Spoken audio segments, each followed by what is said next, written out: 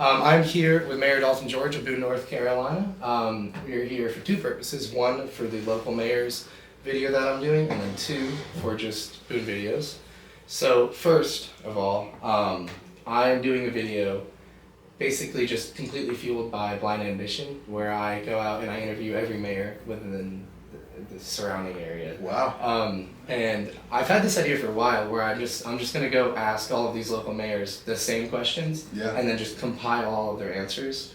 So they're a bit easier questions, but I'll start with those. To see who's the best, right? No, I'm kidding. Well, what annoys me is communities like Fosco don't actually have a mayor. Right. So I don't know. I got to figure out like which ones I'll do. I know I want to go to Johnson City. I can give you I can help connect, and I mean, so it's for Watauga, it's Beach Mountain, Seven Devils, Blowing Rock and Boone. Because Valley Cruces and Cove Creek don't have mayors yet. There actually was a push in the 90s, sorry to be all history on y'all, but there was a push in the 90s to incorporate Fosco. So Fosco would have been its own municipality with a town council and mayor, but it was killed by the county commissioners. They were not supportive of it.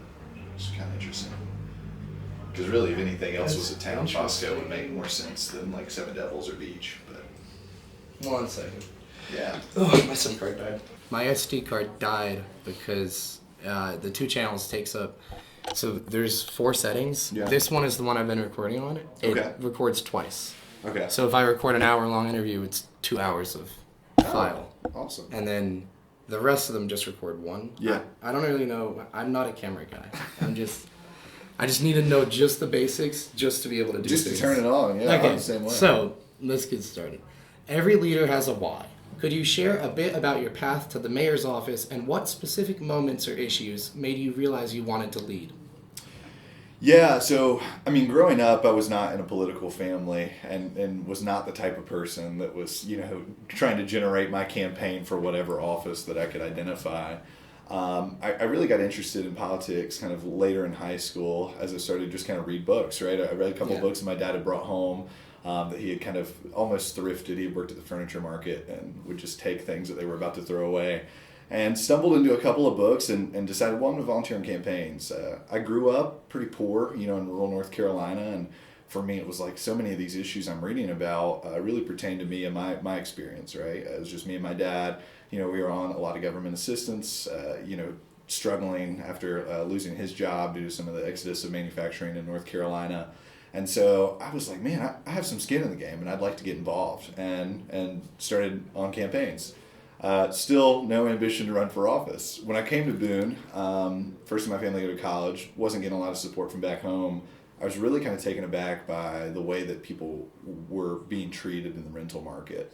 Prohibitive application fees, poor conditions, things like that, which is the story of so many people renting. But to me, like $100, $150 to just apply somewhere and not be guaranteed to get a house, that was like losing groceries for the month, right? Like that was a big deal for somebody that didn't have a lot to their name.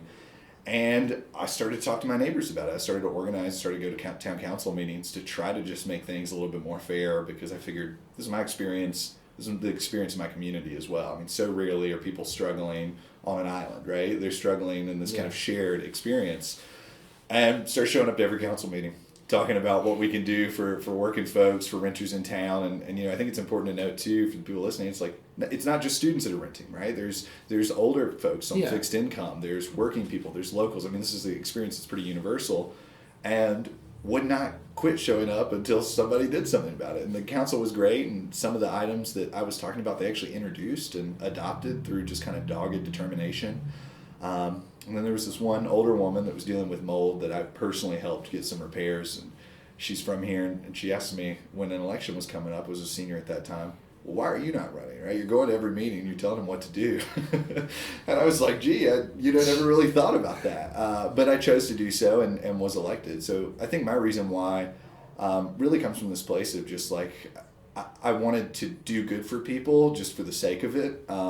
And that kind of lends itself to elected office down the road. Yeah. Okay. I'm very interested to see that one, like, from a standpoint of making the questions, that one most people are gonna, relate to. But there's a lot of, like, ones that it's interesting to see, because Boone, pretty big town. Yeah. And then some of these areas are a a lot smaller. Right. Okay, and then this one also will be fun. So what is a typical day or week in your life like with this office?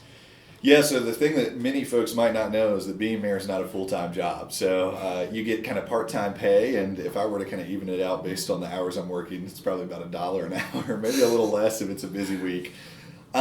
So, it's balancing a lot of different responsibilities. I still need to work a job to be able to make ends meet. Town's expensive for me too, right? So I work a full-time job with the Endangered Species Coalition, and I work on environmental policy nationally, and sometimes have to go to D.C. Unfortunately, have to leave Boone and deal with the mess on the Hill.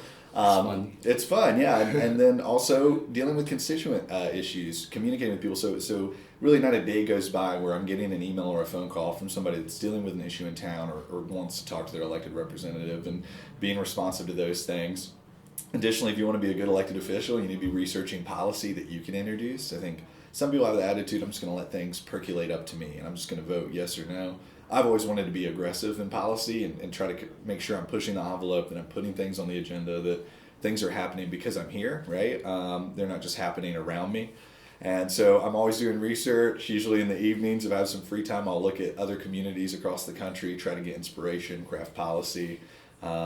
Public engagement events, cutting ribbons is part of the mayor thing I'm getting used to, but people want you to come at, big events or go speak to clubs, and so that's another piece of the puzzle. Mm-hmm. I'd probably say I put in about 65 to 70 hours a week if you were to combine my 40-hour-a-week job and then the mayoring thing, and then try to find some time to brush my teeth and go to bed afterwards. That's insane. Yeah, that's a lot. That's basically a lot what Tim said too, is he had the Habitat for Humanity as well. Right. And we talked about that. And I think actually my land, property, and law class, they all blend in together, but I think we're going to the Habitat for Humanity. So yeah, I'll see. Just say Tim. Yeah, it'll be really cool if we just go there. And the reunion. I already know, yeah. Okay. Local community is very important. How do you make sure to stay connected to the pressing issues of your neighbors? Yeah, I think one thing politicians do a bad job of is they get in the office and they insulate themselves, right? They're like, oh, I have all the answers. I'm the person in the driver's seat. And I really try to make sure that I'm checking that, because that's why people hate politics, right? Yeah. So I've kind of pioneered this town hall model where I go out to local businesses or churches or groups or whatever, parks sometimes, and I just communicate and ask people questions, have them ask me questions. And it really lets me kind of put my finger on the pulse of what's going on. We have town meetings, they're public, but not everybody wants to come to a stuffy meeting at 6 p.m. and go to the dais to speak to their elected official. Sometimes some of the best ideas are out there. You just have to meet people there, in church congregations or bars or whatever the case is. And so I've had nearly 10 or 11 of those town halls, and they last an hour and a half, and usually I get about 20 or 30 people to come. I have one actually coming up on February 10th. And then I think social media in this day and age is a great way to be able to see what are people thinking, and also what are the narratives out there that maybe are missing a piece. And it's tough in local communities to communicate all the nuances of what's going on in local government through a single local newspaper, right? We don't have the New York Times writing about what the town of Boone's doing. We have the Watauga Democrat, and those folks are stretched thin. They do great work, but sometimes you see maybe misconceptions on what a town can do, or they think the town's doing something, and maybe that's not the case. And so I feel like an elected official really needs to be paying attention to what are people communicating online, and how should I message to make sure that people know what's going on, feel up to date on local government. Yeah. And then also just like my own social media channels, posting what we're doing, posting big wins, inviting people to events, those types of things. Because again, you're not going to necessarily look at the government website to get involved. You're going to look towards your local electeds. So I feel like we all have a responsibility to kind of use that platform. It's one of the things that you feel like is a bit easier on a smaller level, but I feel like to understand the issues of the community, especially for a city like Charlotte, we have like 5 news channels, 24 hours. We have a bunch of newspapers and radio stations.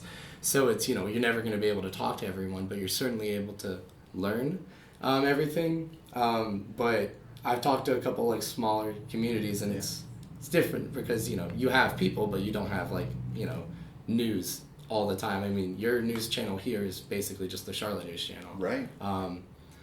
Those people, I mean, they're great because it's Charlotte, but it doesn't really work for like outside of Charlotte too well. Right. I went to a super tiny beach town in like Virginia. They had like 1,000 people. It's like across the water from Virginia Beach. Yeah. And the mayor there and town manager literally said that like they'll just sit on the beach and then they'll just talk to people like while they're going about their day. And I was like, that sounds amazing. Yeah. You know? That's very similar to what I do here. And I think that when you're in communities like that, the advantage is it's small enough to where you can meet a lot of people, but you also got to put in the work because those news channels aren't going to be able to do it for you. Yeah. And the local paper's not going to be able to do it for you. Do you go skiing or snowboarding? I'm a very bad snowboarder, but I go occasionally. Because I was saying you could do you'd set up like a camera on the lift. Oh yeah. And then have like a conversation with the mayor while you're. That would be awesome. Going on. As long as we didn't get any footage of me snowboarding, I think people would be like, "What the heck is this guy doing?" We'll edit it. Yeah. We'll get a body double in the complete There same you outfit. go. Yes. Man, you're hired. Okay. Governance is often the art of compromise. How do you define your leadership style when you're faced with a room full of people who all want different things? You know, the word leadership is always so complicated because I think it's so much more of an art than a science. And my view on my leadership style is I've always had this kind of naturally laid back, kind of positive approach to things. I think as I've stepped into mayor, it's really allowed me to build consensus and just kind of poll my council to figure out what are we agreeing on and how can we move forward. As mayor, right, I don't get to vote. So all my power is in brokering these conversations, facilitating conversation, and building that consensus. And I think that to me, you know, it's just asking the right questions, you know, and making sure that in kind of the midst of a complicated conversation, are we given proper direction? Are we clear? Are we instituting solid policy that we understand that we share a view of as council? I think some of the facilitators that need more work sometimes will let a conversation go by. Everybody said their things, but they're all kind of in their own world, right? Yeah. So what do we as a town of Boone and a government feel, and what should our staff be doing to represent that? And even last night, you know, we had a meeting where we're talking about deer fencing at a local park, and everybody kind of gives their 2 cents, and I recognize it does not feel like there's a lot of clarity from us as a body, but more of us as individuals. And so my leadership style is, how am I setting the tempo and facilitating the conversation that represents the view of the body, not the individual? Makes a lot of sense. That'll also be really fun to hear from the other communities too as well. And then this one especially I wanted to include because I'm going to be interviewing mayors just from, you know, Tennessee here and Virginia. Being in the high country, our environment is as challenging as it is beautiful. How does the reality of Appalachian weather and terrain shape your long-term planning for the town's infrastructure and safety? Yeah, and so we as a mountain community, you know, even the construction of new buildings is far more expensive, right? I remember one time we had somebody running for office from Florida, and they said, it's so cheap to build housing down there. Why is it so expensive here? And the reality is our topography and geography, and that adds to housing costs, right? Limited area to build is going to always put pressure on supply, which is going to hurt folks. That's something to think about. We're also a valley community. We saw that in Helene, and that's the story of so many mountain communities. You're not going to build at the top of the mountain. You're going to build in the natural valley where there could have been agricultural success, you know, settlement. Also happens to be where rivers are, right? That's kind of how these mountains have been shaped. And so how are we as a town growing in the correct way to make sure that we're actually moving development from floodplains, not encouraging it, because that translates to real damage to communities and people and property. And so that's a conversation we continue to have. Everybody knows that Boone's flooding is an issue, but you know, when you look at the history of this town, it's really no surprise. When we built Publix way back when, before anybody in this room was born, they actually went to where Harris Teeter is. It used to be a mountain, like, you know, nearly a big kind of hillside mountain, and topped it off, cut it in half, and then moved all that dirt to cover up swamp in what is now the Publix kind of 321 corridor. So is it a surprise to anybody that we flood, right? No. And I think we as a community have to recognize what have we done to this place as humans, and how can we try to reverse some of that, try to be better stewards of the environment, recognize that this is our reality living in this mountain community, and how can we grow in harmony with nature and the environment and not at odds with it. And that's through river rehabilitation that we've been doing, kind of stream bank restoration, daylighting of creeks. It's a stormwater issue as well. And then to the snow piece, I know we talked about this. You know, we just got to make sure that our infrastructure is ready to go, that we're supporting our public works. Those are the folks that are plowing roads, salting. So we've got hundreds of people that work, you know, round the clock in these conditions. And to me as a leader, it's about how are we empowering them and supporting them to make sure that they can do their job effectively and giving them the best equipment possible.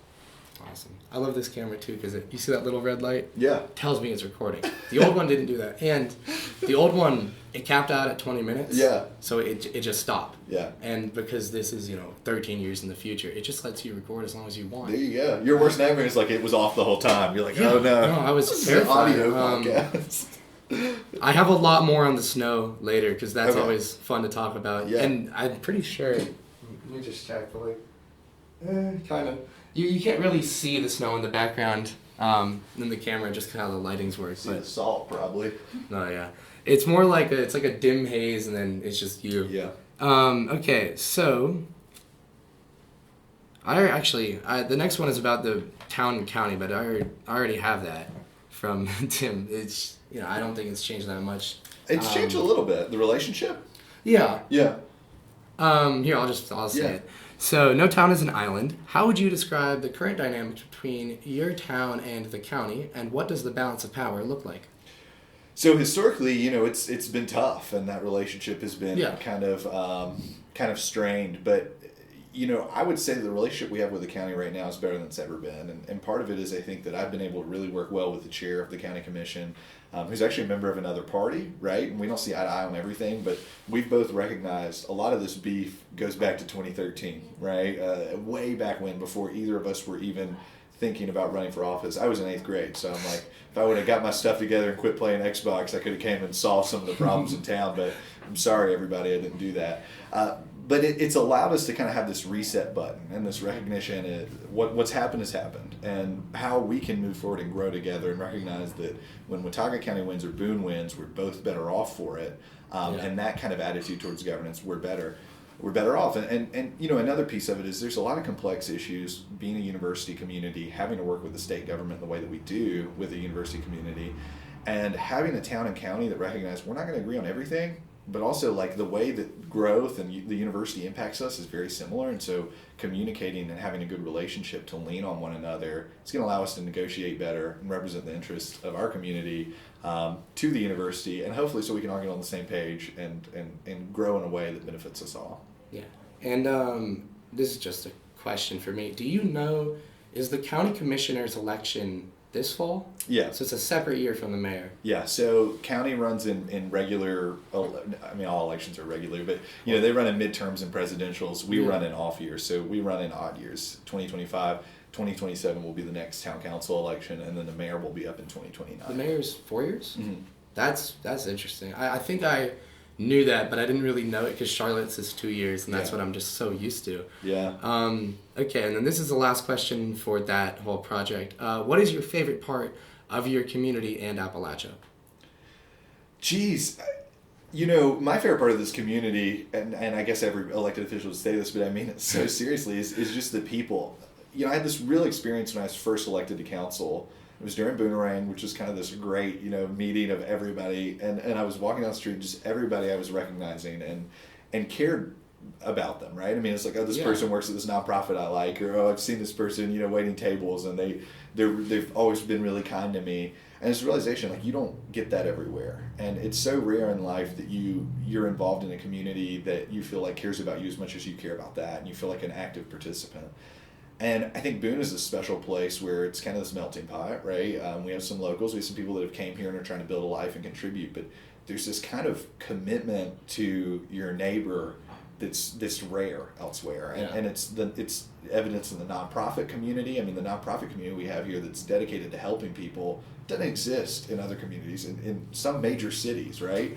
And that really inspires me. It makes me proud to be here. And again, the way we take care of each other. And then to the Appalachian piece, I mean, Appalachian culture is, to me, some of the best culture in this country, and the art and the music scene here, and kind of viewing the town of Boone as this cultural hub for Appalachia. One of the things I introduced was Appalachian Heritage Month. This idea that, we've got a university that studies Appalachian heritage. We invest in cultural resources and music at the Jones House. We have a downtown business development association that kind of fosters arts and busking and all of these things. Like, I see Boone as the hub town for the Southern Appalachian culture, and I think continuing to invest in that is awesome. But the music and art scene is my favorite. And awesome. Doc Watson's from here. I know, the statue. Yeah. Next intersection of it. I get that confused all the time. Yeah. I don't really know, because I live at the Standard by Yeah. like down there by McDonald's, so Yeah. I'm not over here that much. Okay, so that was all of the same questions that I'm asked literally like 15 other mayors. So the fun ones. Okay, so you first came to Boone as an App State student. What was well, actually, that's the same question as the first question. How was it like as an App State student, and like what was your major, and what made you really, from being at App State, wanting to run? Yeah, so I was an economics student, not a great one. You can ask my professors. I was busy doing other things. I mean, like, when I first got here, and to that tenant question earlier, about helping renters, like, Boone was home right off the bat. I mean, I was kind of coming out of a weird situation at home. I mean, not to get too deep into it, but, like, I did not go back on weekends. I didn't go back on Labor Day. So when campus was empty, like, I was here. And my attitude in coming to school was not, I'm going to school and visiting home and, one foot in kind of each community. It was this deep dive because I so deeply wanted to build a life for myself that I felt like I didn't really have where I grew up. And that was kind of a piece of it where, I mean, I was a student. Obviously, I was going to App State, but like I kind of found a family here. A group of people, a community, a kind of a friend network beyond campus, and kind of volunteerism beyond campus, and I think that really made me a lot more comfortable. So by my sophomore year, it was like I'm basically spending every holiday in Boone as well. But I think as a student, obviously, it gave me a different perspective for some of the young people that are coming here, and I think one of the things that's interesting. And when I read online some of the narratives is, there's this vilification of students because the growth of the university has put pressure on the town, and I get that. But it's given me this perspective that no student comes to Boone saying, I want to drive up rent costs and make traffic a problem. Like, you're coming here because you want to build a life for yourself. You want to get an education. That's awesome. And we all share in these problems. Like the locals that are being displaced by university growth, I mean, the students are feeling it too because they can't really they have to pick between two different rentals that are way more expensive than they should be, and they're getting treated poorly. It's the same pressure. And I think it's given me this insight, that other folks might not would have. And then also, like, we talk about this as a council all the time. Oh my God, what if a student's my neighbor? And I'm like, guys, I've had some bad neighbors that are not students. I've had some old people that are bad neighbors, right? And then, I've had some bad neighbors that are young. And it's this kind of recognition that people contribute to the community differently. And it's really based on the person and not the age. And there's some people that just so happen to go to the university that are also very much rooted in what happens here in the town. And I think that's awesome. The movie, the Neighbors movies? Yeah, exactly. That's what I thought about with that. Because in my apartment, it's like probably 90% students, if I really had to guess. Yeah. And then I lived in the dorm last year, so I really have a lot of I have my house at home, so I know that whole neighbor vibe, I guess. Right. Okay. Oh, this one's fun. So you are the youngest mayor in North Carolina. For what I could find, there might be some tiny community. That's what I tell people. I'm like the youngest that I know. There might be a town of 100 people or something. How does that offer a different perspective on the town and on the state? From being so young that everyone else that you're going to work with is older than you. Yeah, I mean, it definitely has its challenges, right? I'll tell a story because I'm a Southerner. I like to tell stories, and this might be helpful for the recording. But I gave a speech one time at this political event, and got off stage, and it was good. People did a great job, whatever. And this one guy came up to me, and he said, "How old are you?" Very, very stoically, and I was like, "I'm 26 years old, still 26." The folks listening, and he immediately asks, "How old do you have to be to have your brain fully developed?" And I was like, "I think it's 26. I think I just hit the finish line." And thinking he was maybe joking, he was not joking. He was being totally serious. And he said, "No, I think it's older. So how do you feel about that?" And I was so taken aback because it was kind of rude. It was this allegation that I'm not, I guess, intellectually there, fully developed. Yeah. And I told him, I said, "With all due respect, sir, this country seems obsessed with electing people that are in their mental decline." I said, "I think it's kind of exciting. I might get more intelligent while I'm in office." And he didn't laugh. He didn't think it was that funny. But I really feel that way, and I'm still learning and growing. And I think that's what I tell people is, I don't have all the answers, but I feel like I'm very much so prepared for this role. I was on council for 4 years. I think being young, you have to really go the extra mile on that credibility piece. You have to work harder. If I show up to a meeting unprepared, the attitude is going to be all young people in elected office aren't going to take this seriously. So I take that responsibility, incredibly seriously. I'm representing young people broadly, and if I mess up, if I resign in the middle of my term, if I do something bad, what hope is that for a young person that wants to run that's maybe from here, right? You know, they grew up here and they're 24, 25 years old. They want to run for office. But the last young person, you know, slept in a meeting or something. I mean, yeah, it's an absurd example, but that's something that I really bear. Yeah. And so I think it's coming incredibly prepared and, you know, really trying to focus on policy and what I can do to show people. I might be 26, but I've also introduced the most items of any council member, right? And like those two things can exist. And I'm proud of that. So I think leaning into my record is something you have to do almost more of when you don't look like your stereotypical politician. And that happens for other communities too. You know, women that are running for office often have to lean, you know, and kind of, or folks from marginalized communities, right? That's kind of the story. Is you gotta really go the extra mile because people are looking at you differently, unfortunately. I think I feel like if you want to talk about falling asleep during meetings, young people aren't the That's issue. true. Yeah, that's why I picked that example because I don't know of a young person. Unless you put it at like 8 a.m. like it's class. Yeah. I don't have class today until 2 p.m. It's amazing. There you go. Living large. I know for a fact my least productive hours of the day are like that afternoon. Yeah. So that's when I have class because then I have to either be productive or just play on my computer while I'm listening to a lecture. So how would you define your role as mayor, and you already kind of did that a bit, versus the responsibilities of the manager and the council? So the mayor, to me, is the chief communicator. I mean, my job is people are going to look to me as kind of the figurehead of the town of Boone. So I need to make sure I'm stepping into that role, communicating what the town is doing, being accessible, right? Like, to me, I have to be the most accessible person. I'm the elected representative. I'm the figurehead of the town.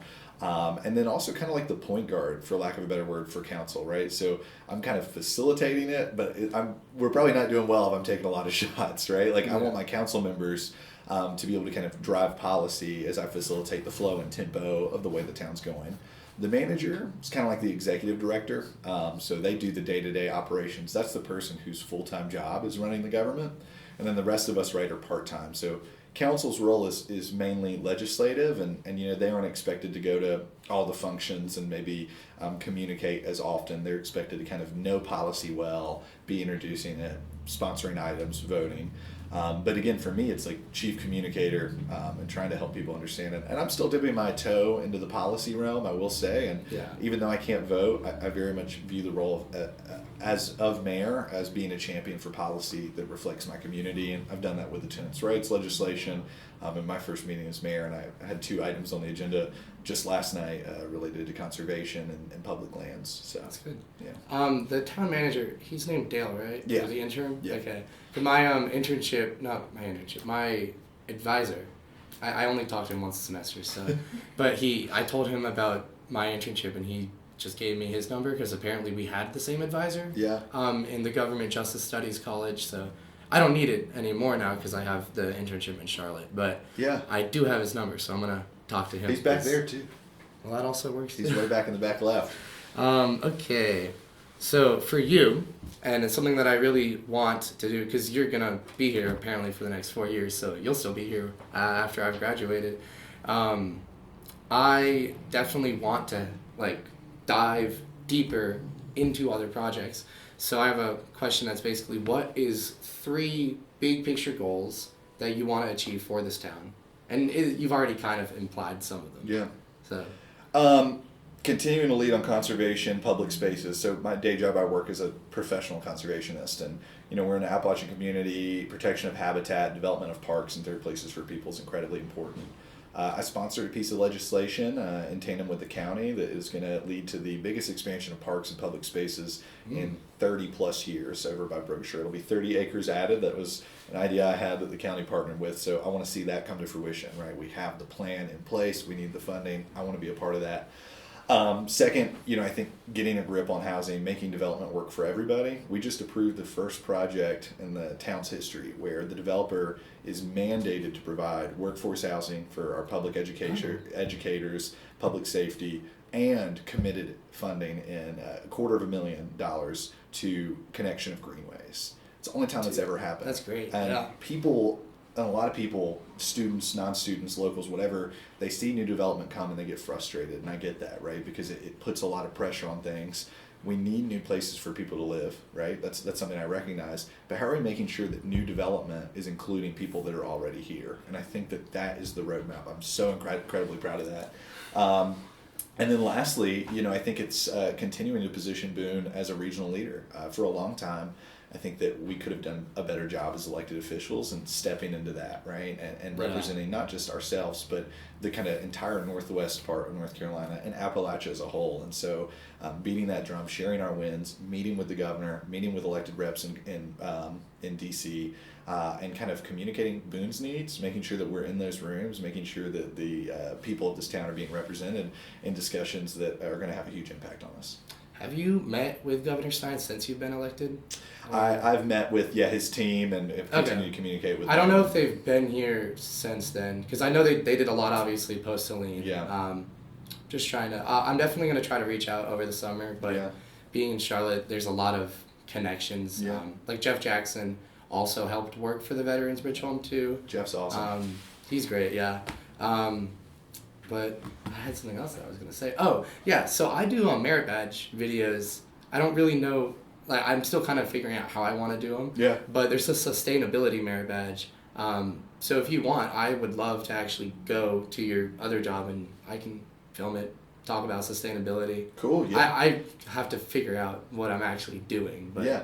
No, that's awesome. I work remote, so it's either DC or I have to go see wolves out west and stuff. But I could talk to you about Oh yeah. I can talk to you about it too. And I can come and show you projects that we've done in town related to we did this really cool river rehabilitation.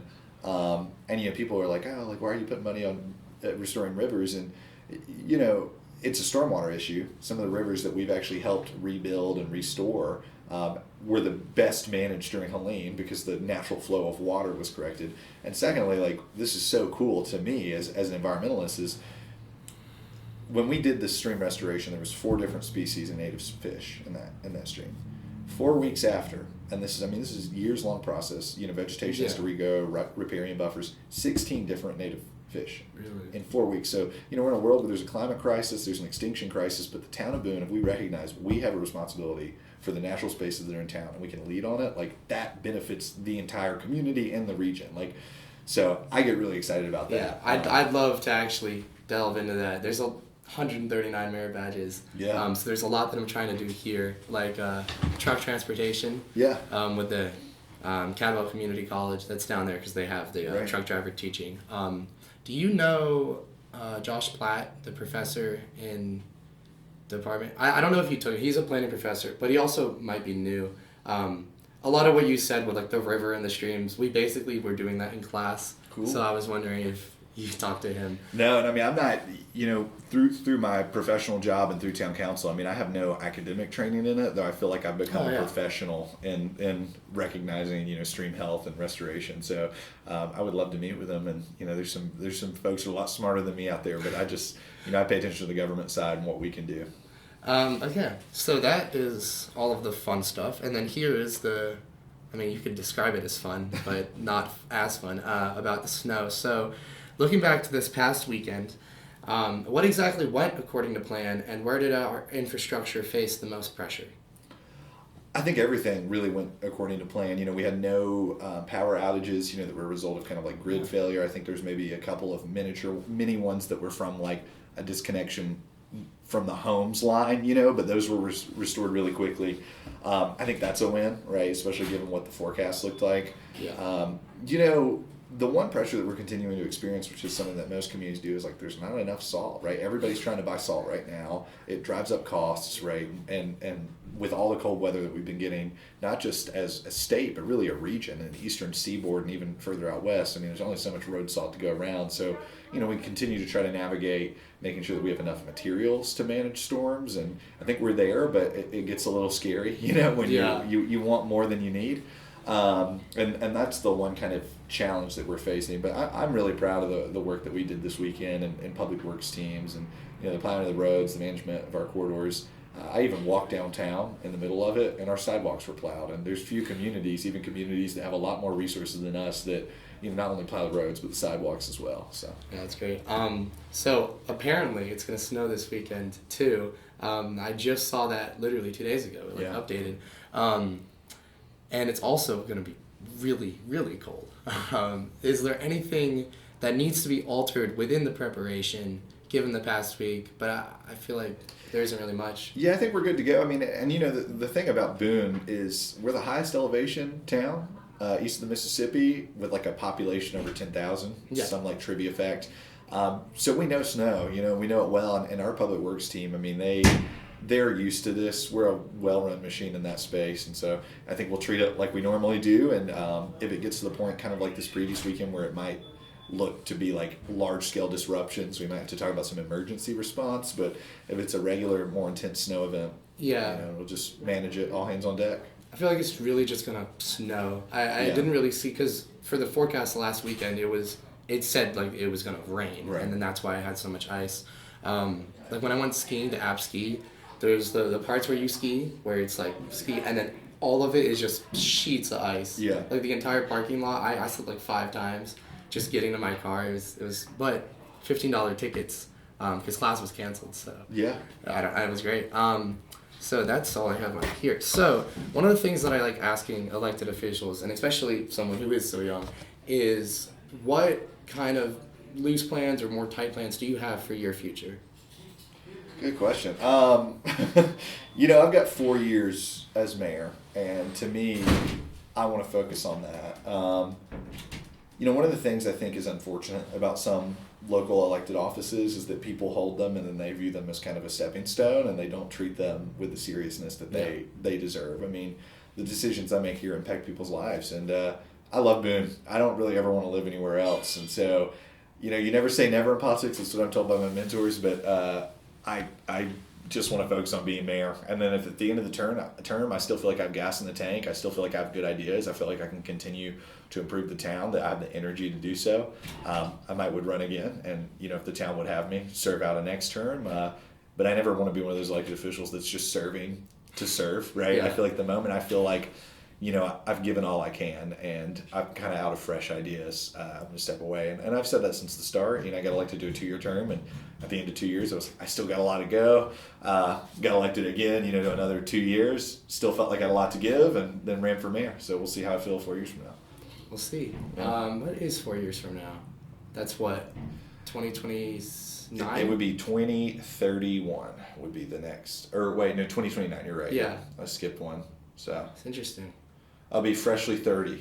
So I'll spend 8 of my years of my 20s in elected office. That is really awesome. I'm actually really shocked you're not a political science major, because that is something that like everybody as a political science major would want to be able to say. Yeah, it's it's not all it's cracked up to be sometimes. I think and that's the funny thing about, and I say this to all young people that want to run, is like, we need good people in elected office, right? And I'm also so confident in young people that I think we can be as bad as some of the old politicians, right? So it's like, if you're a type of person, you're like, I just want to be the person, I want to be the fame. Like, it's like that, you should start helping your neighbor first. And like, that's what I always encourage people is there's so much opportunity, especially in small communities, to have an impact. And it's through showing up to meetings, it's through applying to boards, it's through talking to your neighbors. And then like, that's when, if you like that, if you like managing that, if you feel like you're moving the needle, that's when you should run. But I think sometimes the mistake that some youngins make, now I sound like an old guy, is like you start running for office, and the first time you're ever focused on your community is when your name's on the ballot. And like, I think that's the reason we're in such a mess to begin with, is all these old folks have had this attitude for so long in elected office that like, I want to be the person, and that's where it starts and ends. And my view as mayor is like, I got a lot of people I represent, and there's a lot of people in this community I have to lean on to get it done, and definitely am not in it for the celebrity done. Yeah, I will say I've had multiple classes with people that are like, that have like served in the Army or something, that are like 28. Yeah. And like, you're younger than them, and I just talk to them like they're other students in my class. So that's, I interviewed one of them last week because he's a veteran, so we talked about that. That's but awesome, yeah. It's definitely interesting to have someone that's like in their 20s, because I'm in my 20s. Yeah. I'm 20, but it counts, Yeah, absolutely. So yeah, this has been, I'm not even on camera, I don't know why I'm looking. This has been an interview with Mayor Dalton George, one of hopefully many. I am going to reach out to you about sustainability merit badge. Yeah. Would love to help.